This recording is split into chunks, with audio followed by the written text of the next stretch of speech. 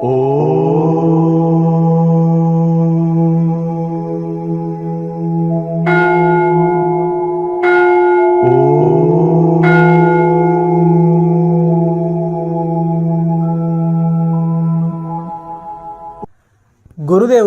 శ్రీ జ్ఞానానందగిరి మహారాజ్ గారి పాదపద్మములకు సాష్టాంగ నమస్కారములు.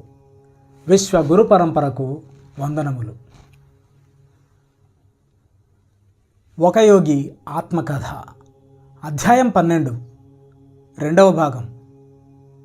గురుదేవుల ఆశ్రమంలో గడిచిన కాలం. నేను ఆశ్రమంలో ఉన్న తొలి నెలల్లో ఒకనాటి మధ్యాహ్నం శ్రీ యుక్తేశ్వర గారి కళ్ళు నా మీద నిలిచి గుచ్చిగుచ్చి చూస్తుండడం గమనించాను. నువ్వు చాలా బక్కగా ఉన్నావు ముకుందా. ఆయన చేసిన వ్యాఖ్య నా మనసుకు గుచ్చుకుంది. గుంటలు పడ్డ నా కళ్ళు, ఆర్చుకుపోతున్న శరీరము నాకు నచ్చవు. కానీ అవి చాలా కాలంగా పీడిస్తున్న అజీర్ణ వ్యాధి వల్ల చిన్నప్పటి నుంచి వెంటాడుతున్నాయి. ఎన్నో టానిక్కుల సీసాలు మా ఇంట్లో నా గదిలో షెల్ఫ్ మీద అలాగే పడి ఉన్నాయి. వాటిలో ఒక్కటీ నాకు సాయపడలేదు. అస్వస్థమైన శరీరంతో బతికి లాభం ఏమిటని విచారగ్రస్తున్నై నాలో నేను అప్పుడప్పుడు ప్రశ్నించుకునేవాణ్ణి. మందులకు పరిమితులున్నాయి. దివ్యమైన సృజనాత్మక ప్రాణశక్తికి అటువంటిది ఏమీ లేదు. ఇది నమ్ము, నువ్వు ఆరోగ్యంగా బలంగా తయారవుతావు. గురుదేవుల మాటల మీద నాకు తక్షణమే విశ్వాసం కలిగింది. వాటిలోని సత్యాన్ని నా జీవితానికి వర్తింపజేసి విజయం సాధించగలనన్న నమ్మకం నాకు కలిగించాయి. జబ్బులు నయం చేసే వాళ్ళలో చాలామంది దగ్గరికి నేను వెళ్ళాను. కానీ మరొకరెవరూ నాలో అంత గాఢమైన విశ్వాసం కలిగించలేదు. రోజు రోజుకు నాకు బాగా ఆరోగ్యం, బలం పెరిగాయి. శ్రీ యుక్తేశ్వర్ గారి గుప్తమైన ఆశీస్సు ద్వారా ఒక 2 వారాల్లో అంతకుముందు ప్రయత్నించినప్పటికీ సాధించలేనంత బరువు పెరిగింది. నా ఉదర వ్యాధులు శాశ్వతంగా మటుమాయమయ్యాయి.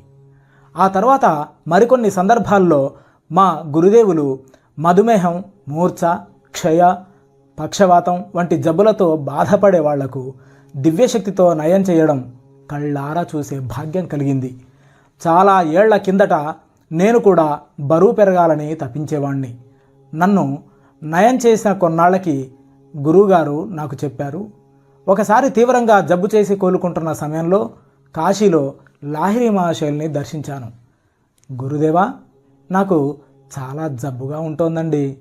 బరువు చాలా పౌండ్లు తగ్గిపోయాను. యుక్తేశ్వర్, నీకు నువ్వే జబ్బు తెచ్చుకున్నావన్న సంగతి కనిపిస్తూనే ఉంది. ఇప్పుడు నువ్వు బక్కగా ఉన్నాననుకుంటున్నావు.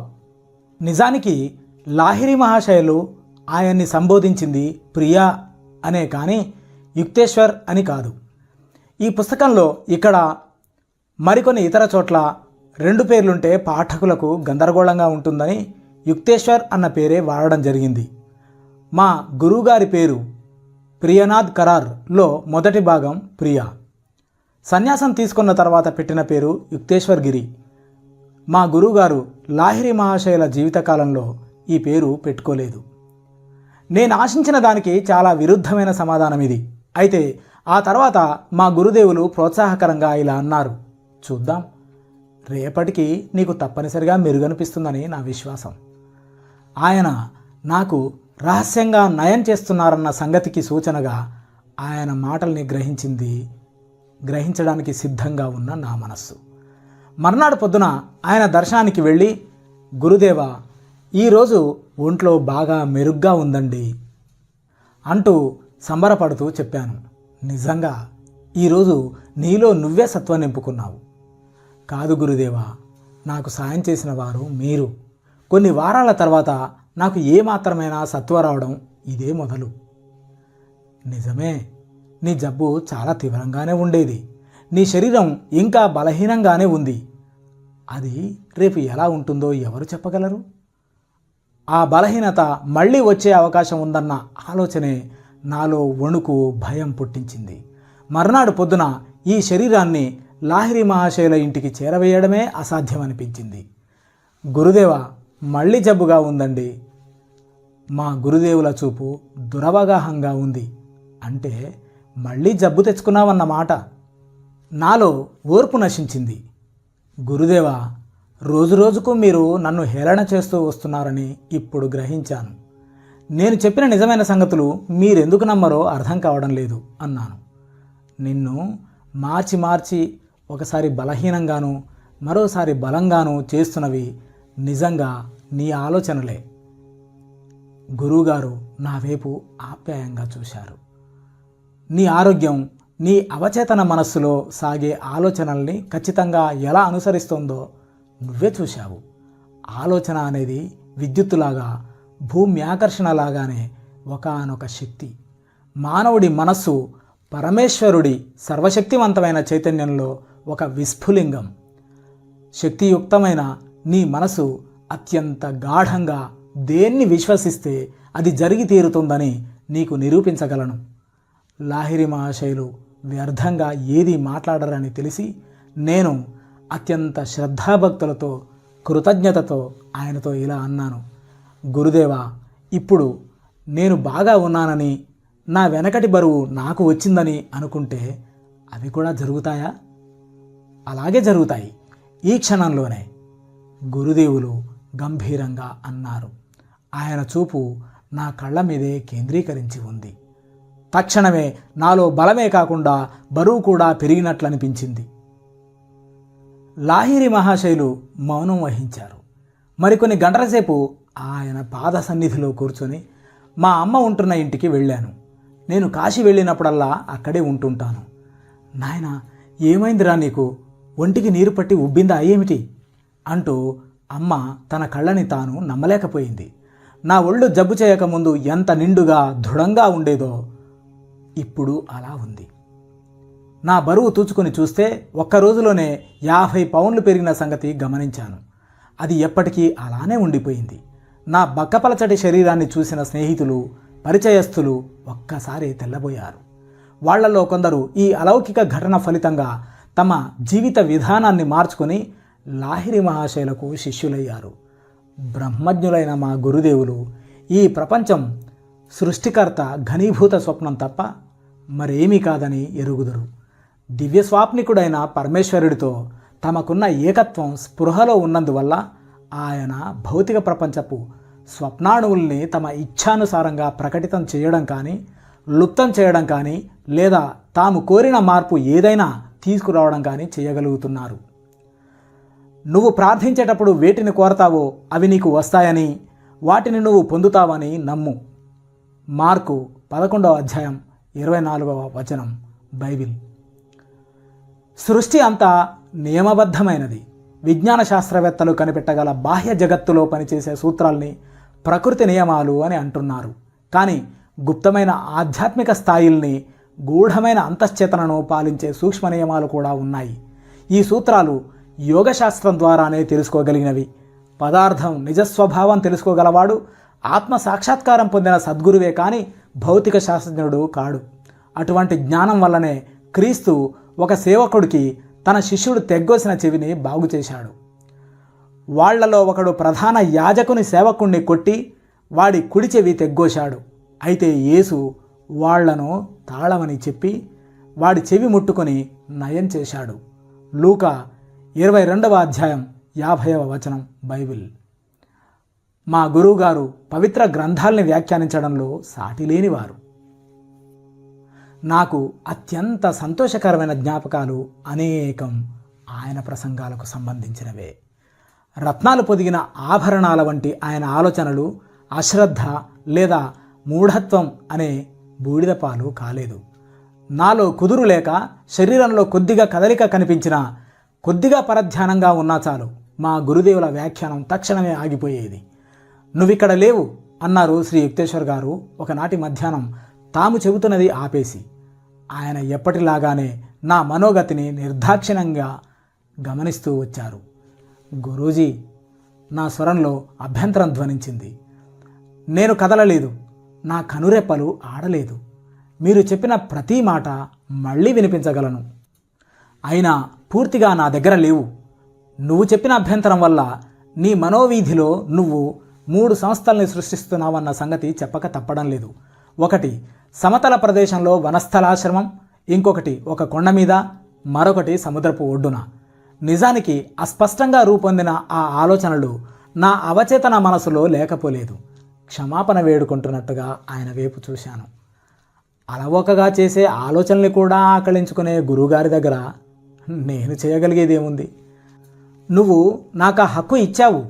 నీకు సంపూర్ణమైన ఏకాగ్రత లేకపోతే నేను వ్యాఖ్యానిస్తున్న సూక్ష్మ సత్యాల్ని అవగాహన చేసుకోవడం కష్టం.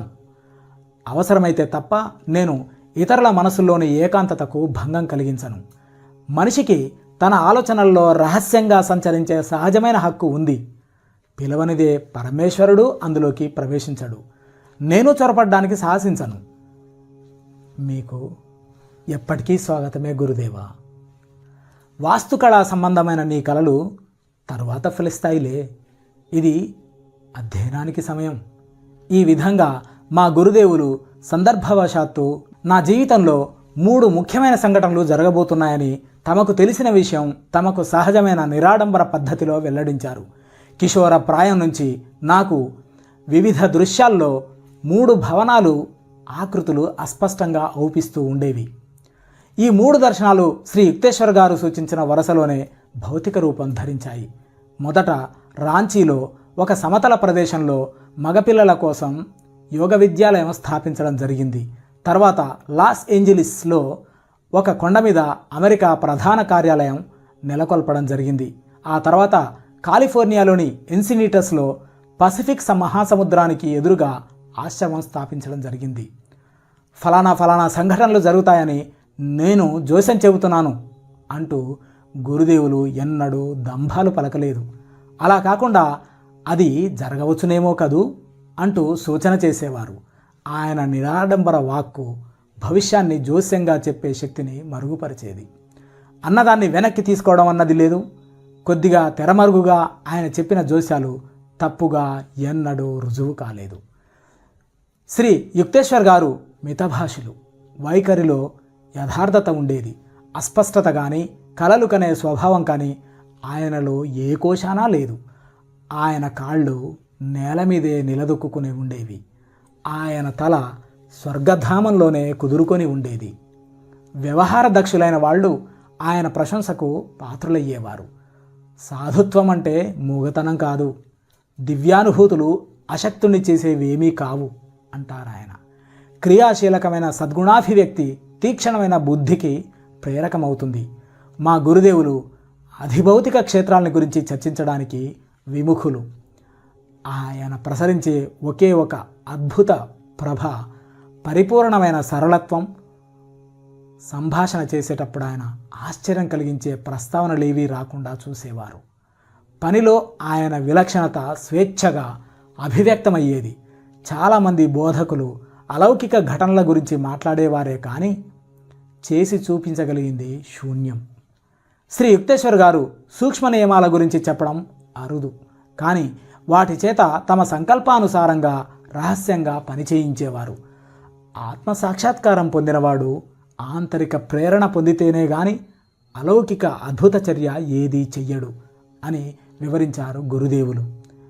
దేవుడు తన సృష్టి రహస్యాలు విచక్షణారహితంగా వెల్లడి కావాలని ఆశించాడు. పవిత్రమైన దాన్ని కుక్కలకు వేయకు, నీ ముత్యాల్ని పందుల ముందు విసరకు. అలా గనక విసిరితే వాటినవి కాళ్లతో తొక్కేసి మళ్ళీ నీ మీదికి ఎదురు తిరిగి నిన్ను చీల్చేస్తాయి. మత్తయి సువార్త 7వ అధ్యాయం 6వ వచనం బైబిల్. అలాగే ప్రపంచంలో ప్రతి వ్యక్తికి తన స్వతంత్రేచ్ఛ మీద పరాధీనం చేయరాని హక్కు ఉంది. ఏ సాధువు ఆ స్వాతంత్ర్యానికి భంగం కలిగించడు. శ్రీ యుక్తేశ్వర్ గారిలో అలవాటుగా కనిపించే మౌనం ఆయన పొందిన గాఢమైన ఈశ్వరానుభూతుల వల్ల కలిగింది. ఆత్మసాక్షాత్కారం పొందని బోధకుల దినాలను ఆక్రమించుకునే దివ్యదర్శన సంబంధమైన అంతులేని ప్రసంగాలకు ఆయన వద్ద సమయం లేదు. హిందూ పవిత్ర గ్రంథాల్లో ఇలా చెబుతారు: మెరకనీటి వంటి మందబుద్ధుల్లో చిన్న చిన్న ఆలోచన చేపలే మహాసంక్షోభం కలిగిస్తాయి. మహాసముద్రాల వంటి మనస్సుల్లో దివ్య ప్రేరణల తిమింగలాలు ఏ సంచలనము కలిగించవు. మా గురుదేవుల నిరాడంబరత అనే ఆచ్ఛాదన కారణంగా ఆయన సమకాలికుల్లో చాలా కొద్దిమందే ఆయనను మానవాతీతులుగా గుర్తించారు. తన జ్ఞానాన్ని మరుగుపరచలేనివాడు మూర్ఖుడు అన్న నానుడి పరమ జ్ఞానులు శాంతమూర్తులు అయిన మా గురుదేవులకు ఎన్నడూ వర్తించదు. శ్రీ యుక్తేశ్వర్ గారు తక్కిన వాళ్ళందరిలాగే మానవ మాతృలుగా జన్మించినప్పటికీ దేశకాలాలకు నియంత అయిన పరమేశ్వరుడితో తాదాత్మ్యం సాధించారు. నరుడు నారాయణుడు కావడానికి దాటరాని అడ్డంకి ఏది ఆయనకు అవుపించలేదు. మనిషిలో ఆధ్యాత్మికత, సాహసికత లేకపోవడం తప్ప వేరే అడ్డంకి ఏదీ లేదని నేను క్రమంగా గ్రహించాను. శ్రీ యుక్తేశ్వర్ గారి పవిత్ర పాదస్పర్శ తగిలినప్పుడల్లా నా ఒళ్ళు పులకిస్తూ ఉండేది. గురువుతో భక్తిపూర్వకమైన స్పర్శ కలగడం వల్ల శిష్యుడు ఆధ్యాత్మిక ఆకర్షణ శక్తి పొందుతాడు. సూక్ష్మ విద్యుత్ ప్రవాహం ఒకటి జనిస్తుంది. భక్తుడి మెదడులో ఉండే అవాంఛనీయమైన అభ్యాస సంస్కారాలు విద్యుదాఘాతం పొందుతాయి. అతని ప్రాపంచిక ప్రవృత్తుల గాళ్ళు చెదిరి లాభకరమవుతాయి. కనీసం క్షణికంగానైనా మాయను కప్పి ఉన్న రహస్య ఆచ్ఛాదనం తొలగడం, పరమానందమనే వాస్తవికత తళుక్కుమనడం జరగవచ్చు. నేను భారతీయ పద్ధతిలో మా గురుదేవులకు ఎప్పుడు ప్రణామం చేసినా నా శరీరమంతటా మోక్షప్రదమైన కాంతి ప్రసరించేది. లాహిరి మహాశయులు మౌనంగా ఉన్నప్పుడు లేదా ఖచ్చితంగా మతానికి సంబంధించని విషయాలు ముచ్చటించేటప్పుడు కూడా వారు నాకు అనిర్వచనీయమైన జ్ఞానప్రసారం చేశారని తెలుసుకున్నాను అన్నారు గురువుగారు నాతో. ఆ విధంగానే శ్రీ యుక్తేశ్వర్ గారు నన్ను ప్రభావితుణ్ణి చేశారు. నేను దిగులుగా కానీ ఉదాసీనమైన మనసుతో కానీ ఆశ్రమంలోకి ప్రవేశిస్తే నా వైఖరి తెలియకుండానే మారిపోయేది. కేవలం మా గురుదేవుల దర్శనంతోనే ఉపశమనం కలిగించే ప్రశాంతత నాకు లభించేది. ఆయన సన్నిధిలో ప్రతిరోజు ఆనందంలో, శాంతిలో, జ్ఞానంలో ఒక్కొక్క కొత్త అనుభవం కలుగుతుండేది. దురాశ వల్లనో, కోపం వల్లనో, మానవికమైన అనుబంధం వల్లనో భ్రాంతిలో పడ్డట్టు కానీ, భావోద్రేకంతో ఉత్తేజితులై ఉన్నట్టు కానీ ఆయన నాకెన్నడూ కనిపించలేదు. మాయా అనే చీకటి చప్పుడు చేయకుండా దగ్గరికి వస్తుంది. లోపలింటికి త్వరగా పోదాం పదా హెచ్చరికగా చెప్పే ఈ మాటలతో గురుదేవులు క్రియాయోగ సాధన చేయవలసిన అవసరాన్ని తమ శిష్యులకు నిరంతరం గుర్తు చేసేవారు. అప్పుడప్పుడు ఒక్కొక్క కొత్త విద్యార్థి యోగ సాధన చేయడానికి తనకున్న అర్హత విషయంలో సందేహాలు వెలుబుచ్చేవాడు. గతాన్ని మర్చిపో అంటూ శ్రీ యుక్తేశ్వర్ గారు అతన్ని సముదాయించేవారు. మనిషి దైవీ భావనలో దృఢంగా నెలకొనే వరకు మానవ ప్రవర్తనను ఎన్నటికీ నమ్మడానికి వీలులేదు. నువ్వు గనక ఇప్పుడు ఆధ్యాత్మిక కృషి చేస్తున్నట్లయితే ఇక ముందు ప్రతిదీ మెరుగవుతుంది. ఆశ్రమంలో గురువుగారి దగ్గర చిన్న చిన్న శిష్యులు ఎప్పుడూ ఉంటుండేవారు. వాళ్ళ బౌద్ధిక, ఆధ్యాత్మిక శిక్షణ ఆయన యావజ్జీవితాసక్తి. ఆయన గతించడానికి కొద్ది కాలం ముందు కూడా 6 ఏళ్ల వయసు గల కుర్రవాళ్ళనిద్దరినీ, 16 ఏళ్ల వయసు గల కుర్రవాణ్ణి ఒకణ్ణి ఆశ్రమావాసానికి స్వీకరించారు. ఆయన వర్ధిలో ఉన్న వాళ్ళందరికీ జాగ్రత్తగా శిక్షణ ఇచ్చారు. ఈ విధంగా శిష్య, శాసన అంటే శిక్షణ శబ్దాలు రెంటికి వ్యుత్పత్తిలోనే కాకుండా ఆచరణ రీత్యా కూడా పరస్పర సంబంధం ఏర్పరచడం జరిగింది. ఆశ్రమవాసులు గురుదేవులను అభిమానించేవారు, గౌరవించేవారు. ఒక్కసారి చిన్నగా చప్పట్లు చరిస్తే చాలు ఆత్రంగా వచ్చి ఆయన పక్కన నిలబడేవారు. ఆయన మనస్థితి గంభీరమై అంతర్ముఖులైనప్పుడు మాట్లాడడానికి ఎవ్వరూ సాహసించేవారు కాదు. ఆయన నవ్వు ఉల్లాసంగా ధ్వనించినప్పుడు మాత్రం ఆయన తమ సొంతమే అన్నట్టు చూసేవారు పిల్లలు. శ్రీ యుక్తేశ్వర్ గారు తమ కోసం ఏదైనా పని చేసి పెట్టమని ఇతరుల్ని అడగడం అరుదు. ఏ శిష్యుడు చేసే సహాయమైనా సంతోషంగా చెయ్యకపోతే స్వీకరించేవారు కారు. శిష్యులు ఎప్పుడైనా ఆయన బట్టలు ఉతికే అవకాశ భాగ్యాన్ని గనక మరిచిపోతే గురుదేవులే స్వయంగా ఉతుక్కునేవారు. ఆయన మామూలుగా వేసుకునే బట్టలు సాంప్రదాయకంగా సన్యాసులు ధరించే కాషాయ వస్త్రాలు. ఆశ్రమంలో ఉన్నప్పుడు ఆయన యోగుల సంప్రదాయాన్ని అనుసరించి పులి చర్మంతోనో, జింక చర్మంతోనో కుట్టిన తాళ్ళు లేని బూట్లు వేసుకునేవారు. శ్రీ యుక్తేశ్వర్ గారు ఇంగ్లీషు, ఫ్రెంచి, బెంగాలీ, హిందీ ధారాళంగా మాట్లాడేవారు. సంస్కృతంలో మంచి పరిజ్ఞానం ఉంది. ఇంగ్లీషు, సంస్కృతం నేర్చుకోవడానికి తాము నేర్పుగా రూపొందించిన కొన్ని సులభ పద్ధతుల్లో చిన్న విద్యార్థులకు మంచి ఓపికగా నేర్పేవారు. గురుదేవులకు తమ శరీరం మీద అపేక్ష ఉండేది కాదు, కానీ దాని విషయంలో జాగ్రత్తగా ఉండేవారు. దేవుడు శారీరక మానసిక స్వస్థతల ద్వారానే సరిగా అభివ్యక్తుడవుతాడని చెప్పేవారు. అతిగా ఉన్నవన్నీ నిరాకరించేవారు. దీర్ఘకాలం ఉపవాసం చేయదలిచిన ఒక శిష్యుణ్ణి చూసి నవ్వుతూ, మా గురుదేవులు కుక్కకి ఒక ఎముక వేయకూడదు అన్నారు ఒకసారి. ఉపవాసం అనేది ఆదర్శవంతమైన సహజ క్షాళన పద్ధతి అని మా గురుదేవులు ఆమోదించారు. కానీ ప్రత్యేకించి ఈ శిష్యుడికి మాత్రం ఒంటి మీద ధ్యాస ఎక్కువ. శ్రీ యుక్తేశ్వర గారి ఆరోగ్యం అద్భుతంగా ఉండేది. ఆయనకు సుస్థి చేయగా ఎన్నడూ చూడలేదు నేను ఆయన దగ్గర లేనప్పుడు ఒకసారి కాశ్మీరులో ఆయన జబ్బుపడ్డారు. తమ శిష్యులు వైద్యుల్ని సంప్రదించదలిస్తే లౌకికాచారాన్ని మన్నించడం కోసం ఆయన వాళ్లకు అందుకు అనుమతి ఇచ్చేవారు. భౌతిక పదార్థానికి వర్తించే విధంగా దేవుడు ఏర్పరిచిన నియమాల ద్వారా వైద్యులు తాము చేసే వైద్యం కొనసాగించాలి అనేవారు ఆయన. అయితే మానసిక వైద్యానికి ఉన్న ఘనతను ప్రశంసిస్తూ ఆయన తరచుగా ఇలా అనేవారు, అన్నిటికన్నా గొప్పగా క్షాళన చేసేది జ్ఞానం. ఆయన శిష్యులకు ఇలా చెప్పారు, విశ్వాసఘాతకుడైన స్నేహితుడు లాంటిది శరీరం. దానికి ఇయ్యవలసినంత మట్టుకే ఇయ్యండి, అంతకు మించి వద్దు. కష్టం సుఖం అనేవి అస్థిరమైనవి. ఈ ద్వంద్వాల ప్రాబల్యం నుంచి బయటపడడానికి ప్రయత్నిస్తూనే వాటినన్నిటినీ నిబ్బరంగా ఓర్చుకోండి. జబ్బు స్వస్థత కూడా ప్రవేశించే ద్వారం ఊహ. మీకు జబ్బుగా ఉన్నప్పుడైనా సరే జబ్బు అనే వాస్తవాన్ని నమ్మకండి. గుర్తింపు పొందని ఆ సందర్శకుడు పలాయనం చిత్తగిస్తాడు. మా గురువు గారి శిష్యుల్లో వైద్యులు చాలామంది ఉన్నారు. శరీర ధర్మశాస్త్రం చదివిన వాళ్ళు ఇంకా ముందుకు సాగి ఆత్మజ్ఞానాన్ని శోధించాలి అని వాళ్లకు చెప్పేవారు ఆయన. శరీర యంత్రానికి సరిగ్గా వెనకాల సూక్ష్మమైన ఆధ్యాత్మిక తంత్రం ఒకటి దాక్కొని ఉంది.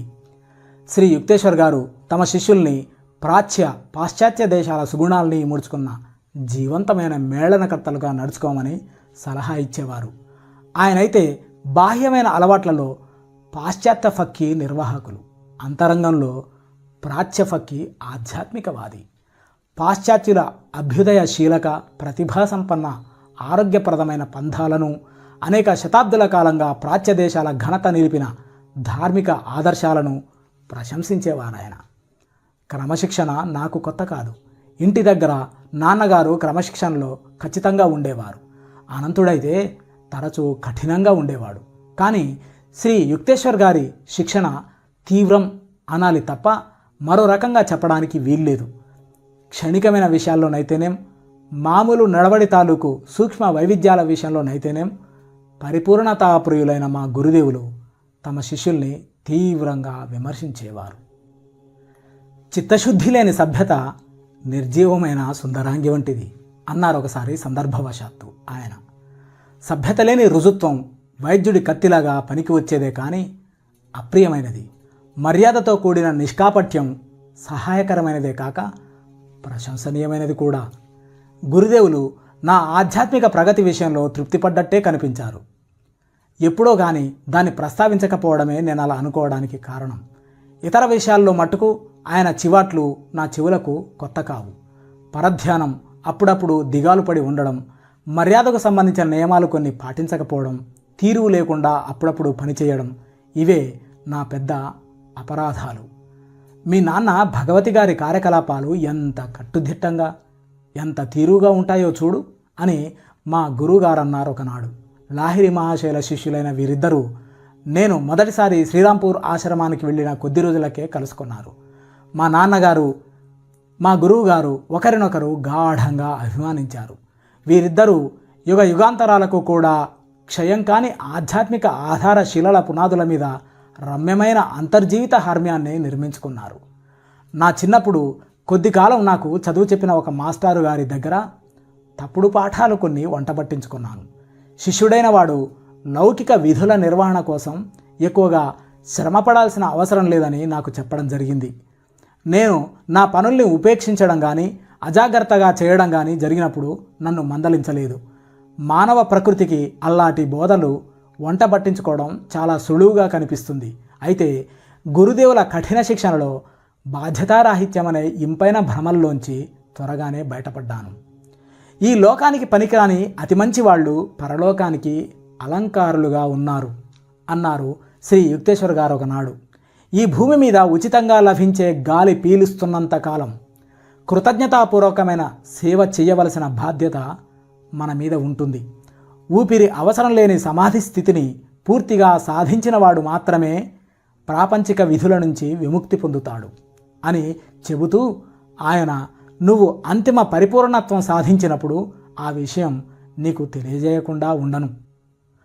మా గురుదేవులు లంచానికి లొంగరు, ప్రేమ లంచానికైనా సరే. నాలాగా ఆయన దగ్గర శిష్యరికం చేయడానికి మనఃపూర్వకంగా అంగీకరించిన వారెవరి విషయంలోనూ ఆయన మెతకతనం చూపించలేదు. గురువుగారికి నాకు చుట్టూ ఆయన విద్యార్థులు కానీ పరిచయం లేని పరాయి వాళ్ళు కానీ ఉన్నా సరే, మేము ఏకాంతంగా ఉన్నా సరే ఆయన ఎప్పుడూ దాపరికం లేకుండా మాట్లాడుతూ చెడామడా చివాట్లు పెట్టేవారు. లోతులేని తనంలోకి కానీ నిలకడలేని తలంలోకి కానీ పొరపాటునైనా రవ్వంత జారితే ఆయన చివాట్లు తప్పేవి కావు.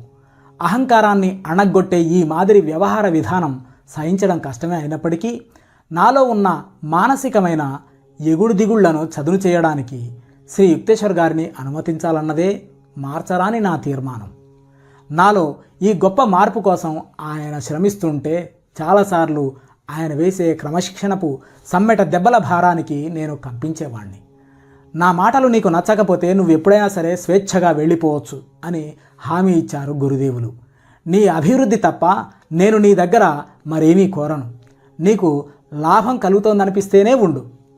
నా గర్వాన్ని సమ్మెట దెబ్బలతో అణిచివేసినందుకు నేను ఆయనకు ఎంతో కృతజ్ఞుణ్ణి. అలంకారికంగా చెప్పాలంటే నా దవడకున్న పలు వరుసలో ప్రతి పుప్పి పన్ను కనిపెట్టి పీకేస్తున్నారాయన అని ఒక్కొక్కప్పుడు అనిపించేది నాకు. అహంభావాన్ని సమూలంగా తొలగించాలంటే మొరటుగా తప్ప మరే విధంగానైనా కష్టమే. ఆ అహంకారం పోయిన తర్వాతే భగవత్ ప్రవేశానికి అవరోధాలు లేని మార్గం ఏర్పడుతుంది. స్వార్థంతో బండబారిన గుండెల్లోకి చొరబడడానికి దేవుడు చేసే ప్రయత్నం వృధాయే అవుతుంది. శ్రీ యుక్తేశ్వర్ గారి సహజావబోధం తీక్షణంగా ఉండేది. ఆయన తరచూ అవతలి వ్యక్తి చెప్పిన మాటలతో నిమిత్తం లేకుండా అతను బయటపెట్టని ఆలోచనలకు జవాబిస్తూ ఉండేవాడు. ఒక మనిషి వాడిన మాటలు, వాటి వెనక ఉన్న వాస్తవమైన ఆలోచనలు భిన్న ధృవాలు అయి ఉండొచ్చు. మనుషుల పదాడంబరం వల్ల కలిగే గందరగోళానికి వెనక ఉన్న ఆలోచనల్ని ప్రశాంతత ద్వారా అనుభూతం చేసుకోవడానికి ప్రయత్నం చెయ్యి అన్నారు మా గురుదేవులు. దివ్యమైన అంతర్దృష్టి వల్ల బయల్పడే విషయాలు ప్రాపంచిక జీవుల చెవులకు తరచూ కటువుగా ఉంటాయి. పై మెరుగులతో సరిపెట్టుకునే విద్యార్థుల అభిమానాన్ని ఆయన చూరగొనలేదు. ఎప్పుడు కొద్ది సంఖ్యలోనే ఉండే తెలివైన విద్యార్థులు మాత్రం ఆయన్ని ప్రగాఢమైన భక్తితో ఆరాధించేవారు. ఆయన మాట అంత కటువుగాను నిందాత్మకంగాను ఉండి ఉండకపోతే భారతదేశంలో ఎక్కువ మంది శిష్యులు వెతుక్కుంటూ ఏరికోరి వచ్చేది శ్రీ యుక్తేశ్వర్ గారి దగ్గరికేనని నొక్కి చెప్పగలను. నా దగ్గరికి తర్ఫీదుకు వచ్చిన వాళ్ళ విషయంలో నేను కఠినంగా ఉంటాను అని నా దగ్గర ఒప్పుకున్నారాయన. అది నా పద్ధతి. దాన్ని ఒప్పుకో మానుకో, అందులో నేను రాజీ పడను. కానీ నువ్వు నీ శిష్యులతో ఇంతకంటే దయగా ఉంటావు, అది నీ పద్ధతి. కాఠిన్యమనే నిప్పుల్లోనే కాల్చి శుద్ధి చేయడానికి ప్రయత్నిస్తాను నేను. ఇవి సగటు సహనశక్తికి మించి మలమలా మాడుస్తాయి. ప్రేమతో కూడిన సౌమ్య మార్గం కూడా మార్పు తీసుకువస్తుంది. విజ్ఞతతో ప్రయోగించినట్లయితే కఠోర పద్ధతులు, కోమల పద్ధతులు కూడా సమంగా ఫలప్రదమైనవే. ఆయన ఇంకా ఇలా అన్నారు, నువ్వు పై దేశాలకు వెళతావు, అక్కడ అహంకారం మీద మొరటుగా తీసే దెబ్బల్ని హర్షించరు. రాజీ పడడానికి అనుకూలమైన నిదానం, ఓరిమి సమృద్ధిగా లేనిదే ఏ గురువు భారతదేశ సందేశాన్ని పాశ్చాత్య దేశాల్లో వ్యాప్తి చేయలేడు. గురుదేవుల మాటల్ని నేను అమెరికాలో ఎంత తరచుగా గుర్తు చేసుకున్నానో చెప్పను. వాస్తవాన్ని బయలుపరిచే మా గురుదేవుల వాక్కు ఆయన భూమి మీద ఉన్న కాలంలో అధిక సంఖ్యలో శిష్యులు ఏర్పడకుండా ఆటంకపరిచినప్పటికీ నానాటికి అధికమవుతున్న చిత్తశుద్ధి గల శిష్యుల మూలంగా ఆయన ఆత్మ ఈనాటికి ప్రపంచంలో జీవిస్తోంది. అలెగ్జాండర్ వంటి యోధులు భూమి మీద సార్వభౌమాధికారం కోసం పాకులాడుతారు. శ్రీ యుక్తేశ్వర్ గారి వంటి గురువులు అంతకన్నా విశాలమైన సామ్రాజ్యాన్ని మానవ హృదయాల్లో జయిస్తారు. తమ శిష్యుల లోపాల్లో చిన్నవాటిని, పట్టించుకోనవసరం లేని వాటిని, ఉత్పాతాన్ని సూచించేటంత తీవ్రంగా ఎత్తిచూపడం గురుదేవుల అలవాటు. ఒకనాడు మా నాన్నగారు శ్రీ యుక్తేశ్వర్ గారి దర్శనం కోసం శ్రీరాంపూర్ వచ్చారు. నాన్నగారు నా గురించి మెప్పుగా 4 మాటలు విందామని ఆశించి ఉండవచ్చు.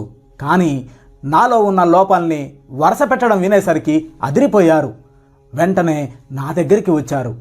మీ గురువుగారి మాటల్ని బట్టి నువ్వు పూర్తిగా ధ్వంసమయ్యావని అనుకోవాల్సి వస్తుంది. కన్నీళ్లకి నవ్వుకి మధ్య అవస్థలో ఉన్నారు నాన్నగారు.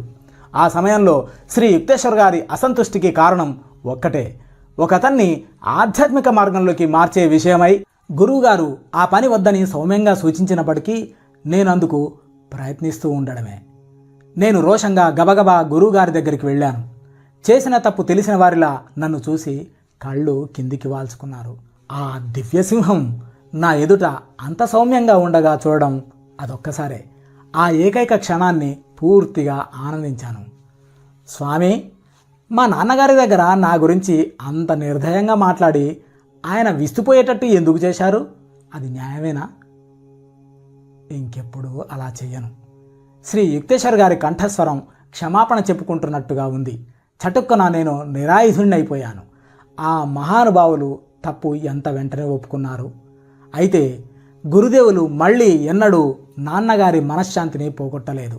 కానీ ఆయన ఎప్పుడు అనుకుంటే అప్పుడు, ఎక్కడనుకుంటే అక్కడ నన్ను నిర్దాక్షిణ్యంగా చీల్చి చెండాడుతూ ఉండేవారు. శ్రీ యుక్తేశ్వర్ గారు ఆమూలాగ్రంగా ఇతరుల్ని విమర్శిస్తూ ఉండేటప్పుడు తరచుగా కొత్త శిష్యులు కూడా ఆయనతో కలుస్తూ ఉండేవారు. గురువుగారంతటి జ్ఞానులు మరి, దోషం లేని వివేకమూర్తులు మరి. కానీ ఒకరి మీద దెబ్బతీయాలని చూసేవాడు తాను కాపుదల లేకుండా ఉండకూడదు. ఒకరిలో తప్పులు పట్టే ఈ శిష్యులే విమర్శ అనే తమ అమ్ముల పొదిలోంచి గురుదేవులు కొన్ని బాణాలు వాళ్ల వైపు దూసుకు వెళ్లేలా బహిరంగంగా వదిలిన వెంటనే ఆయన దగ్గర నుంచి పలాయనం చితగించేవారు. మెత్తని మందలింపులకే ఎదురు తిరిగే సున్నితమైన మానసిక బలహీనతలు, సున్నితంగా తాకే లోకానే ఎదురు తిరిగే రుజాగ్రస్తమైన శరీరావయవాల వంటివి.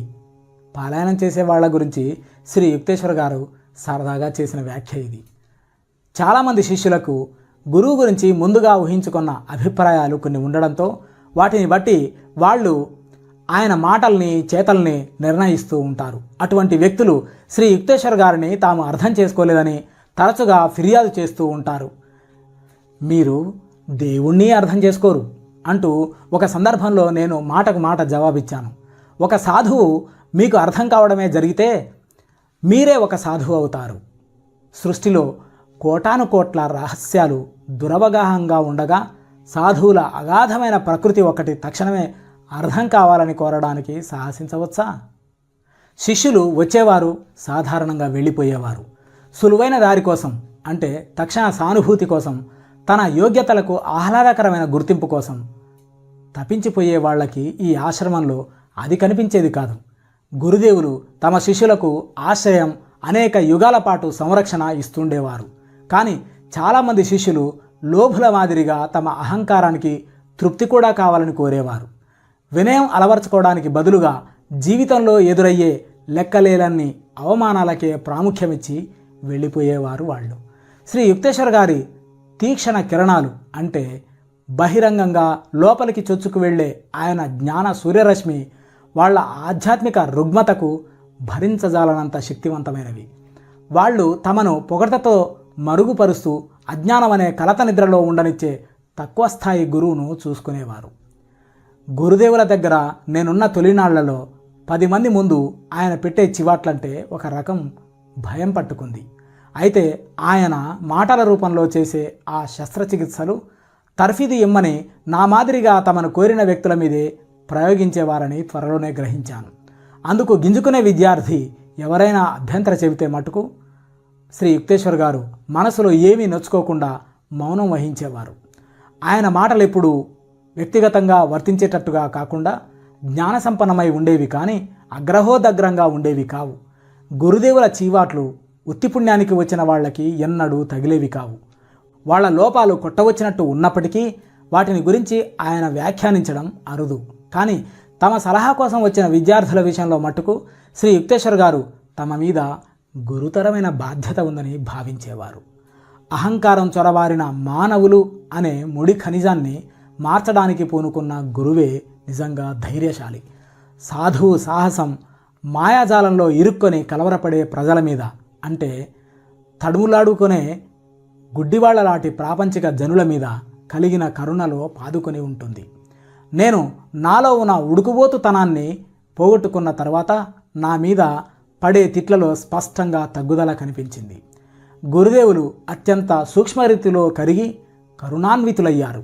కొంతకాలానికి నేను మామూలుగా మానవ మూర్తిమత్వం తన కాపుదల కోసం అడ్డుపెట్టుకునే హేతువాద విధేయత అవచేతన మనస్సులోని మినహాయింపు అనే ప్రతిగోడను కూలగొట్టాను. దానికి ఫలితంగా నాకు లభించిన బహుమానం అప్రయత్నంగానే మా గురుదేవులతో సామరస్యత ఏర్పడడం.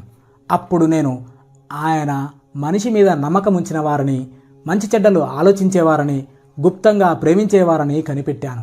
అయితే బయటకి కనబరిచే స్వభావం లేనివారవడం వల్ల ఆప్యాయమైన మాట ఒక్కటి అనేవారు కారు. నా మటుకు నా తత్వం ప్రధానంగా భక్తిపరమైనది. జ్ఞానపూర్ణులైన మా గురుదేవులు భక్తి లేని వారి మాదిరిగా పైకి కనిపించినప్పటికీ ముఖ్యంగా నిరుత్సాహజనకమైన ఆధ్యాత్మిక గణిత రీతిలో ఆయన తమ భావాల్ని వ్యక్తం చేస్తుండడం నన్ను కలవరపెట్టేది. కానీ నేను ఆయన స్వభావానికి తగినట్టుగా ఉంటూ వచ్చిన కొద్దీ దేవుడి మీద నాకున్న భక్తి తత్పరత తగ్గకపోగా మరింత పెరిగిందని కనిపెట్టాను. దేవుణ్ణి చేరే ప్రధాన మార్గాల్లో 2: జ్ఞానం, భక్తి. ఆత్మ సాక్షాత్కారం పొందిన గురువుకు తన దగ్గరున్న రకరకాల శిష్యుల్లో వారి వారి ప్రధానమైన మొగ్గును బట్టి సహజ మార్గాల్ని అనుసరించి వాళ్లకు మార్గదర్శకత్వం వహించే సామర్థ్యం పూర్తిగా ఉంటుంది. శ్రీ యుక్తేశ్వర్ గారితో నా సంబంధం కొంతవరకు మాటల్లో వ్యక్తం కాని విధంగా ఉన్నప్పటికీ దానికి గుప్తమైన ధారాళత ఉండేది. నోటి మాటకు ఉపయోగం లేకుండా చేస్తూ ఆయన మౌనంగానే నాలో ఆలోచన రేకెత్తించేవారు. మౌనంగా ఆయన పక్కన కూర్చుని ఉండగా ఆయన అనుగ్రహం నా మీద వర్షించడం తరచూ నాకు అనుభవంలోకి వచ్చేది. గురుదేవుల నిష్పక్షపాతమైన న్యాయం నేను కాలేజీలో చదివేటప్పుడు మొదటి సంవత్సరం వేసవి సెలవుల్లో నాకు స్పష్టంగా కనబడింది. నేను శ్రీరాంపూర్లో గురుదేవుల సన్నిధిలో అవిచ్ఛిన్నంగా కొన్ని నెలలు గడిపే అవకాశం కోసం ఎదురు చూస్తున్న రోజులవి. జయ గురుదేవ్, జయ గురుదేవ్, జయ గురుదేవ్.